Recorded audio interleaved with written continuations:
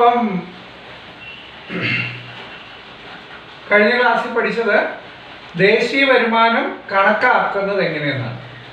ദേശീയ വരുമാനം കണക്കാക്കുന്നതിന് 3 മെത്തേഡ്സ് ആണ് നമ്മൾ പഠിച്ചുകൊണ്ടിരിക്കുന്നത്. അതിൽ ആദ്യത്തെ മെത്തേഡ് പ്രോഡക്റ്റ് മെത്തേഡാണ്, അല്ലെങ്കിൽ വാല്യൂ ഓഫ് ഔട്ട്പുട്ട് കണ്ടുപിടിച്ചു. അത് കഴിഞ്ഞ ക്ലാസ്സിൽ നമ്മൾ ചെയ്തു കഴിഞ്ഞു. ഇനി നമ്മൾ രണ്ടാമതായിട്ട് ചെയ്യുന്നത് എക്സ്പെൻഡിച്ചർ മെത്തേഡാണ്. ഈ എക്സ്പെൻഡിച്ചർ മെത്തേഡ് അഥവാ ചെലവ് രീതി എന്ന് പറയും. നമുക്കറിയാം ചെലവ് എങ്ങനെയാണ് ചെലവ് ഉണ്ടാകുന്നത്. ആ ചെലവിനെ നമ്മൾ ക്ലാസിഫൈ ചെയ്യാൻ പോവുകയാണ്. അപ്പൊ നിലവിൽ ഞാനൊരു ഉദാഹരണം പറയാം. ഇപ്പൊ നമ്മൾ ഏറ്റവും പ്രധാനപ്പെട്ട ചെലവുകൾ ഏതൊക്കെയാണെന്ന് കണ്ടുപിടിക്കാനായിട്ട് ഒരു ഉദാഹരണം മാത്രം പറയുകയാണ്. അതിൽ ഞാൻ പറയുന്നു, മാരുതിയുടെ ഒരു സ്വിഫ്റ്റ് കാർ. മാരുതിയുടെ ഒരു സ്വിഫ്റ്റ് കാർ. ഈ സ്വിഫ്റ്റ് കാറ് ഞാൻ വാങ്ങുന്നു. അപ്പൊ ഞാനൊരു കൺസ്യൂമറാണ്. കൺസ്യൂമർ എന്ന് പറഞ്ഞാൽ ഉപഭോക്താവാണ്.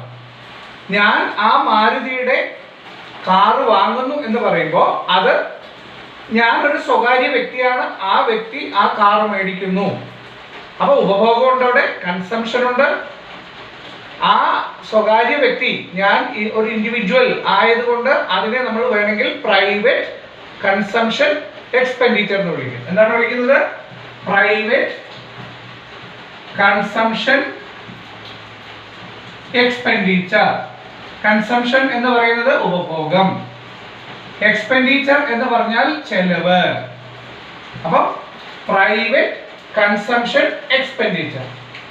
ഒന്നുകൂടെ നമുക്ക് അതിനെ പറഞ്ഞു കഴിഞ്ഞാൽ പ്രൈവറ്റ് ഫൈനൽ കൺസംഷൻ എക്സ്പെൻഡിച്ചർ എന്ന് വെച്ചാൽ ഞാൻ ഈ കാർ വാങ്ങുന്നത് എൻ്റെ ആവശ്യത്തിനാണ്. അതുകൊണ്ട് എൻ്റെ കൺസംഷൻ പൂർണ്ണമാക്കുന്നതിന് വേണ്ടിയിട്ട് ചെയ്യുന്നത് കൊണ്ട് അത് ഫൈനൽ കൺസംഷൻ ആണ്, അന്തിമമായിട്ടുള്ള കൺസംഷൻ ആണ്. അതുകൊണ്ടാണ് ഞാനത് പ്രൈവറ്റ് ഫൈനൽ കൺസംഷൻ എക്സ്പെൻഡിച്ചർ എന്ന് വിളിക്കുന്നത്. അപ്പൊ കൺസംഷൻ എന്ന് പറഞ്ഞാൽ ഉപഭോഗമാണ്, പ്രൈവറ്റ് എന്ന് പറഞ്ഞാൽ ഞാനൊരു ഇൻഡിവിജ്വൽ ആണ്, എക്സ്പെൻഡിച്ചർ എന്ന് പറയുമ്പോൾ ചെലവാണ്. അപ്പോൾ ഒരു രാജ്യത്തുള്ള ഉൽപ്പന്നങ്ങളിൽ അതിലൊരു ഉൽപ്പന്നം ഈ മാരുതി സ്വിഫ്റ്റ് കാറാണ്.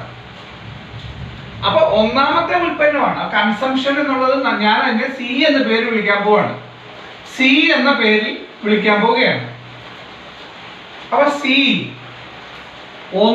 ഒന്നാമത്തെ ഐറ്റമാണ് ഒരു കാറ്. അപ്പൊ C1 ഒന്നാമത്തെ ഐറ്റം C1.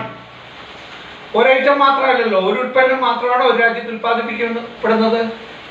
അതുപോലെ ഒരു കൺസ്യൂമർ, ഞാൻ ഒരാൾ മാത്രമാണോ കൺസ്യൂമർ? അല്ല. ഈ ലോകത്ത് ധാരാളം കൺസ്യൂമേഴ്സ് ഉണ്ട്. അഥവാ ഈ രാജ്യത്ത് ഉൽപ്പന്നം വാങ്ങാൻ ധാരാളം കൺസ്യൂമേഴ്സ് ഉണ്ട്. അപ്പോ ആ കൺസ്യൂമേഴ്സ് 1 മുതൽ 1, 2, 3, 4 എന്നിങ്ങനെ ഒത്തിരി കൺസ്യൂമേഴ്സ് ഉണ്ട്. അതുപോലെ ഉൽപ്പന്നവും 1, 2, 3, 4 അങ്ങനെ പോകും. അതുകൊണ്ട് നമ്മൾ അതിനെ എന്ത് ചെയ്തു? നേരത്തെ ചെയ്ത പോലെ തന്നെ ഈ പ്രൈവറ്റ് ഫൈനൽ കൺസംഷൻ എക്സ്പെൻഡിച്ചറിനെ സിഗ്മ ചെയ്യാൻ പോവാണ്, ടോട്ടൽ കാണാൻ പോവാണ്. സിഗ്മ സി എന്ന് പറഞ്ഞാൽ ഓരോ ഉൽപ്പന്നത്തെയും വാല്യൂ ചെയ്യാൻ പോവാണ്. ഒന്നാമത്തെ ഉൽപ്പന്നം മുതൽ, അതായത് ഐ എന്ന് ഞാൻ പേര് കൊടുക്കാൻ പോവാണ്. ഐ എന്ന് പറഞ്ഞാൽ ഒന്നാമത്തെ ഉൽപ്പന്നം, അതായത് സ്വിഫ്റ്റ് കാർ മുതൽ N ഉൽപ്പന്നങ്ങൾ ഇവിടെ ഉപഭോഗം ചെയ്യുന്നു, കൺസംഷൻ ചെയ്യുന്നു. അപ്പോ CI എന്ന് കൊടുക്കാം. ഇതാണ് പ്രൈവറ്റ് ഫൈനൽ കൺസംഷൻ എക്സ്പെൻഡിച്ചർ എന്ന് നമ്മൾ വിളിക്കുന്നത്. ഇതിനെ നമ്മൾ സി എന്ന പേരിൽ വിളിക്കുന്നു. ഈ സി എന്ന പേരിൽ വിളിച്ച് അതിനെ ടോട്ടൽ ചെയ്യുന്നു, സം ചെയ്യുന്നു. അതായത് സിഗ്മ CI എന്ന് പറഞ്ഞാൽ എന്താണ്?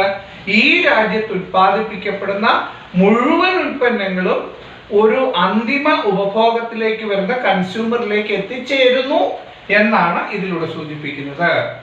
രണ്ടാമത്തേത് നോക്കൂ, നിങ്ങളിവിടെ നോക്കൂ. ഇതേ സ്വിഫ്റ്റ് കാറ് ഇത് നോക്കൂ, ഇതിന്റെ നമ്പർ പ്ലേറ്റ് നോക്കൂ. അത് ടാക്സി പെർമിറ്റ് ആണ്. അപ്പൊ ടാക്സി പെർമിറ്റ് എന്ന് പറയുമ്പോൾ ഈ കാറ് പർച്ചേസ് ചെയ്തിരിക്കുന്നത് ആരാണ്? അതൊരു ടാക്സി ഓണറാണ് വാങ്ങിയിരിക്കുന്നത്. അപ്പൊ ടാക്സി ഓണറിന്റെ ആവശ്യത്തിനാണോ ഇത് വാങ്ങിയത്? അല്ല. ഇത് എന്തിനു വാങ്ങി? ഇത് ടാക്സി കാറായിട്ട് ഓടി അതിൽ നിന്ന് ഇൻകം ജനറേറ്റ് ചെയ്യുന്നതിന്, എന്ന് പറഞ്ഞാൽ അത് ഒരു ഇൻവെസ്റ്റ്മെന്റ് ആണ്. അപ്പൊ നമ്മൾ പറഞ്ഞ അതേ സ്വിഫ്റ്റ് കാറ് ഒരു ടാക്സി ആയിട്ട് ഒരു ഫേം, എന്താണ് നമുക്ക് പറയാൻ പറ്റുള്ളൂ, ഒരു ഫേം പർച്ചേസ് ചെയ്യുമ്പോൾ അതിനെ നമ്മൾ കൺസ്യൂമർ എന്നല്ല വിളിക്കുന്നത്, ഇൻവെസ്റ്റ്മെന്റ് എന്നാണ് വിളിക്കുന്നത്. അപ്പൊ നമുക്ക് അവിടെ നോക്കാം, ഇൻവെസ്റ്റ്മെന്റ് എക്സ്പെൻഡിച്ചർ എന്ന് പറയും. Investment expenditure. അപ്പൊ ഇൻവെസ്റ്റ്മെന്റ് എന്നുള്ള വാക്ക് സാധാരണ നമ്മൾ ഐ എന്നാണ് സൂചിപ്പിക്കുന്നത്. I, investment expenditure. അപ്പൊ നോക്കൂ, ഒരേ സാധനം തന്നെ അതിന്റെ കൺസംഷൻ എന്ന് പറയുന്നത് പല രീതിയിലാണ്. ഒരു സ്വകാര്യ വ്യക്തി മേടിച്ചാൽ അതിനെ എന്താ പറയുക, നമ്മൾ സി എന്നാ വിളിക്കുന്നത്. കാരണം അവന്റെ അന്തിമ ഉപഭോഗത്തിന് വേണ്ടിയാ. ഞാനൊരു കാർ വാങ്ങുന്നത് ഞാൻ തന്നെ ഉപയോഗിക്കുന്നു, അപ്പൊ അതിന്റെ ഗുണഫലം എനിക്ക് തന്നെ കിട്ടുന്നു. മറിച്ച് ഒരു കാർ ഒരു ടാക്സി ഓണർ മേടിച്ചാൽ ആ ടാക്സി ഓണർ ആ കാർ കൊണ്ട് ഇൻകം അതിൽ നിന്നുണ്ടാക്കുന്നു. അതുകൊണ്ട് അതിനെ നമ്മൾ എന്ത് വിളിക്കുന്നു? ഇൻവെസ്റ്റ്മെന്റ് എന്ന് വിളിക്കുന്നു.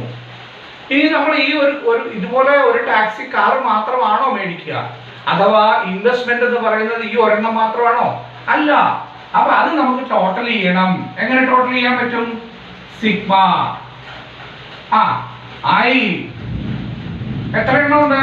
ഐ ഈസ് ഈക്വൽ ടു 1 മുതൽ n വരെ. അപ്പൊ ഈ രാജ്യത്തുള്ള ഇൻവെസ്റ്റ്മെന്റിന് വേണ്ടി വാങ്ങുന്ന മുഴുവൻ ഉൽപ്പന്നങ്ങളെയും നമ്മൾ ഇവിടെ കൗണ്ട് ചെയ്ത് കഴിഞ്ഞു. ഓക്കെ, കൺസംഷൻ കൗണ്ട് ചെയ്ത് കഴിഞ്ഞു, ഇൻവെസ്റ്റ്മെന്റ് കൗണ്ട് ചെയ്ത് കഴിഞ്ഞു. നോക്കൂ, മൂന്നാമത്തെ പർച്ചേസിംഗ് യൂണിറ്റ് ആരാ? നോക്ക്, ഗവൺമെന്റ് ആണ്. നോക്ക് ഇവിടെ, ഇവിടെ ശ്രദ്ധിക്കോ, നമ്മള് ഇതേ കാറ് തന്നെ ഗവൺമെന്റ് പർച്ചേസ് ചെയ്തിരിക്കുന്നു. ബീക്കണും ഒക്കെ വെച്ച് ഗവൺമെന്റ് പർപ്പസിന് വേണ്ടി അവിടെ ഉപയോഗിക്കുന്നു എങ്കിൽ ആ കാറ് തന്നെ വാങ്ങിയിരിക്കുന്നത് ആരാണ്?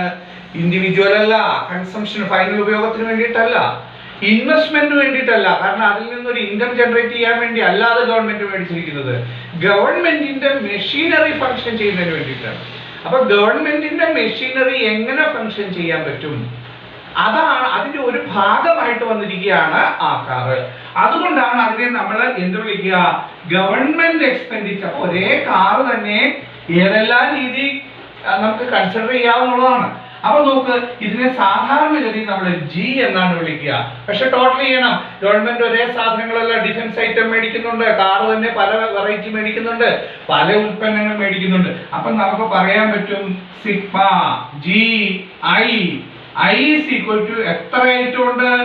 ഐ എന്ന് പറഞ്ഞാൽ 1 മുതൽ n വരെയുള്ള ഐറ്റംസ് ഉണ്ട്. ഇത്രയും കാര്യം നമ്മൾ മനസ്സിലാക്കി കഴിഞ്ഞിരിക്കുന്നു. ശരി.